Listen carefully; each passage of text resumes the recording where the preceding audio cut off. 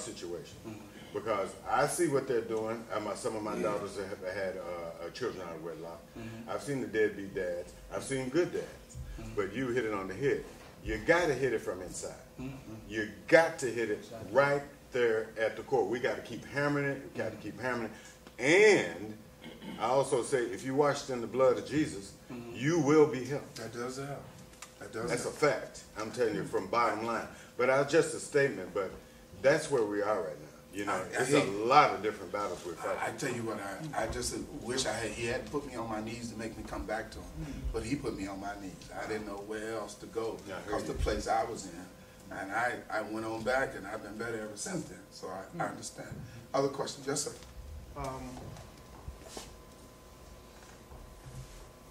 Given your prison. I'm sorry. I'm going to pass around for Sunday school donations stuff. I've been living in America 30 years. I have 4 children, 3 sons who are college graduates.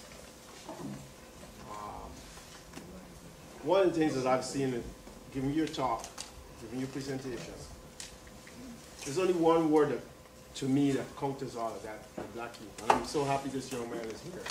Because one of the things we don't do in the African American community effectively is mental. You said mental. You talk about women having a cadre support. If adult black males in our age group don't speak to these guys here and say, hey, this is what's going to come down the pipe. Any which way you dress it up, this is the speed bump. You get married, this is what's going to happen. You go for a job, this is what's going to happen. And if we don't have him when he hit those crises to come back to us, to support him, explain to him, ease some of that pressure so you don't have that confrontation with that young lady who's educated, strong, has her own finances, and he can buy anything for her. That's right. Okay? That's the construct. If we don't do that, we keep spinning wheels. One other thing I like to say. Every time I hear an adult talk about the good old days, the 60s days, you're going to talk to these kids 10 years from now, and they're going to tell you 2009 was the best days. More things change, the more they remain the same. I caught hell from my afro, and I don't have that. My daughter said, you had a what? But it was, you know, we had a little bit more freedom than they had. But these kids got more technology than we do. Yeah, that's true. That's true. Good point. I have to remember that. You know, that coming together and being equals for us is a very difficult thing, and I'm glad you reiterated, because it's a very difficult thing. It's hard in today's environment. Next question. Yes, sir. Mr. Gresham, I think that for me, there's one point that you hit, several points you hit, but one that I think is really obvious, and it connects with my brother here who said something I thought very powerful. We seek oftentimes as men to mentor our young brothers, to talk to them. And we find it difficult often to do that. But one of the reasons I believe we find it difficult to do that is that we have not yet found it easy to talk to one another. So it's difficult for us to help the young brother if we have not yet figured out how to talk to each other. Now, why that's important to me, based on what you just said, you said something that I think is very important. You said in the middle of your marriage and etc., that you were struggling. And you, as a man, didn't reach out to talk to other brothers who had, many of them, gone through the exact same thing, who could have been helpful, but because you didn't want them in your business, this is a male thing, you didn't want them in your business, you ended up going through some stuff that you could have avoided had you just simply shared your experience with another brother. What the sister did is she shared it with everybody. Now, I mean, if you understand women, I just give this very quick story. we were in the store, in line, and the lady was in front of us, and so she was buying something, and so the lady, the cashier said something about it. She said, "But you don't have enough money for that." She said, turned around and looked at me and said, "You know, if that man had given me what I needed to have." Now, what happened was she was getting it out.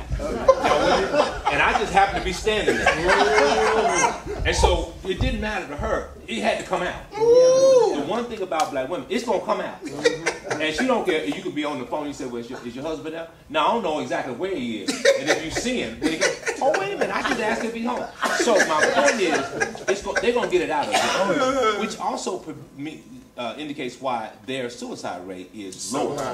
Okay, because they get it out. We, white men, have the highest suicide rate, and then black men second, because we hold it in. So why I'm saying that is, brothers, this is an opportunity for us to begin to do some things different. That's all I want to get to.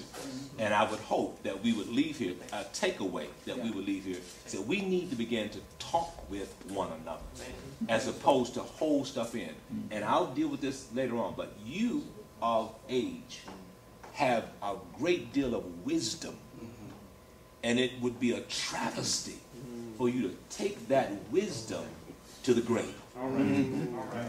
Before, can I respond to something he said? He and I, right now, among our friends, probably do the most talking. Am I right? We have a set of about 5 or 6 guys, but we always checking on each other. What's the deal? I don't know what happened in our relationship, but we do that now. You check it, he called and check on me. And I had an operation back in November of last year. They all came together and held hands before I went for that operation.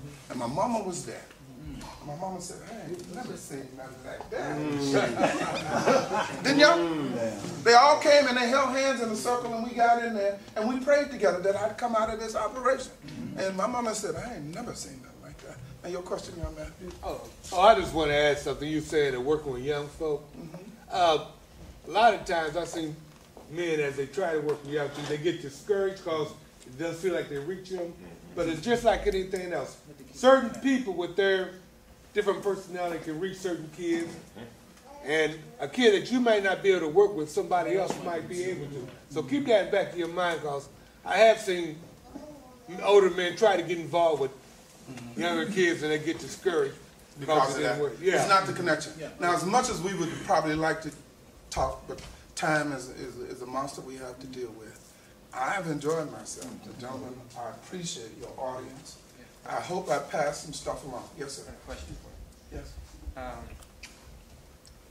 Why, well, like I said, we were running out of time, but we're a group of men here, and we were talking about takeaway, you know, to communicate. Give me one barrier as to why we don't communicate with each other. Why don't we? Because we've been trained not to. We have been trained not to. We have been trained by the wider society that a man keeps it in, and depending on who your father was. Your father, my father told me, keep my stuff to yourself. It's fundamentally to train that you need to, you don't need anybody else. You need to do it on your own. You need to do it on your own. So you need to depend on yourself. Hang on, let me get him and then I'll come back to you. I remember the old people used to say there was a crab in the pot mentality that kept us from communicating a lot. In other words, whenever we see one of our brothers climbing, getting out, doing well, we pull it back down. And I think that's sort of like internalized hatred to a large for ourselves. That we just have to be able to speak it out and share. You know, and for instance, a brother across the street, I've been helping him out a little bit. And he finally got a job, and he went out and bought a used car. And it was a Jaguar. So I went across the street, look at this thing. And man, I was jealous. It was a 202 Jaguar. Anyway, I said, "Daggone, man, you sure lucky to pick this up." He said, "Yeah."